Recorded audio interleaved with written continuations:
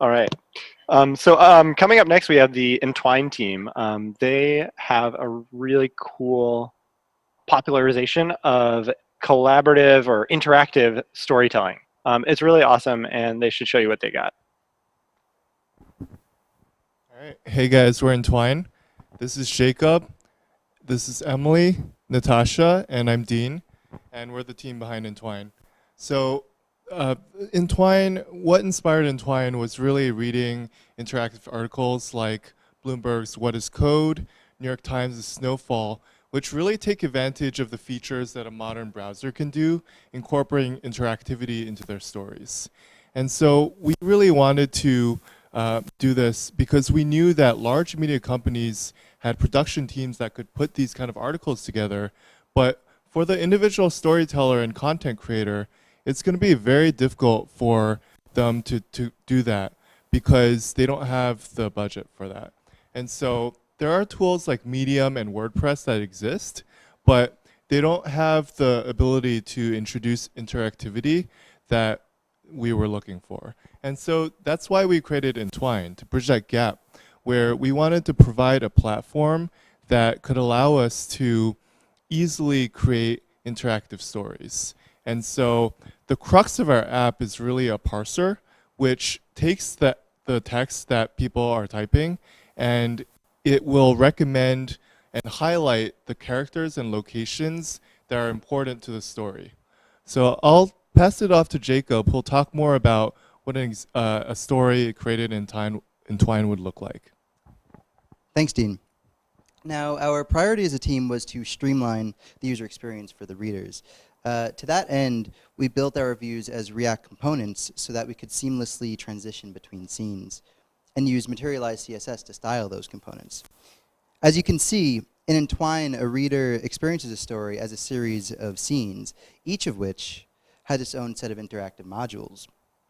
In our character module on the lower right, readers can hover over image icons to view a brief description of each of the characters. Our map module is on the top half of the screen. To make the maps interactive for the reader, we first find the coordinates using Google Maps geocoding API before we render the story, and then feed them into Mapbox.gl. This allows us to animate those maps as the location changes from scene to scene. Now, next off, I'll pass it to Emily, who'll show us how a user creates a story with Entwine. Thanks, Jacob. So in our editor, we sought once again to design a seamless user experience. Within our single-page app, creators can write their stories as a series of scenes. Creators can add and delete scenes, give titles to each, and write their story using using rich text and inline images. Once a scene is written, a creator can add an interactive map of a key location in the story, a reference to a specific character, or a high-quality header image generated from a given keyword. Creators also have the option of using our smart recommendation engine. We implemented a parsing algorithm that pulls out words at the touch of a button to suggest modules that would work best for your text. The editor then takes those suggestions and queries a series of APIs to grab additional information. You can also edit or delete the algorithm suggestions to suit your needs. To align with our focus on UX, we chose technologies that would interact well with our React components and our Redux store. Our rich text editor was adapted from Facebook's Draft.js, and we used the same map rendering engine, Mapbox.gl, on the editor side as well as on the view side. So to make eventual rendering on the view side a bit easier, we store the creator's completed story, including all the rich media data and the entire maps module, as straightforward HTML and images as hot links. So throughout our editor and elsewhere in our app, we face the key technical challenge of asynchronicity. How could we coordinate asynchronous data retrieval across all of our API calls with the animations core to our user experience? To talk more about those key challenges, I'll pass it off to Natasha. So each time a creator clicks the recommend button, the text entered is parsed by our character and location generators, which then returns an array of proper nouns or physical locations. After that, our parsers make a call to Wikipedia's Open API or Google's geolocation generator. Likewise, our header image generator makes calls to the Unsplash image search API. Due to the asynchronous nature of our generators, we needed a way to avoid rendering information with incomplete data. To accomplish this, we permissified each request such that state updates were only completed once a request was resolved. We also had set timeouts across our components to ensure that our components would not animate with incomplete data. Due to, when flipping between scenes, we store information for the next scene on our Redux store, so that's immediately available.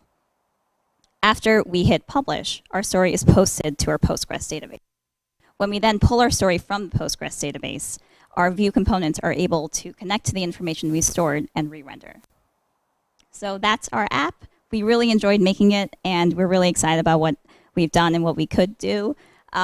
If you'd like, you can check out our GitHub, or you can create your own story at entwine.herokuapp.com. Thank you.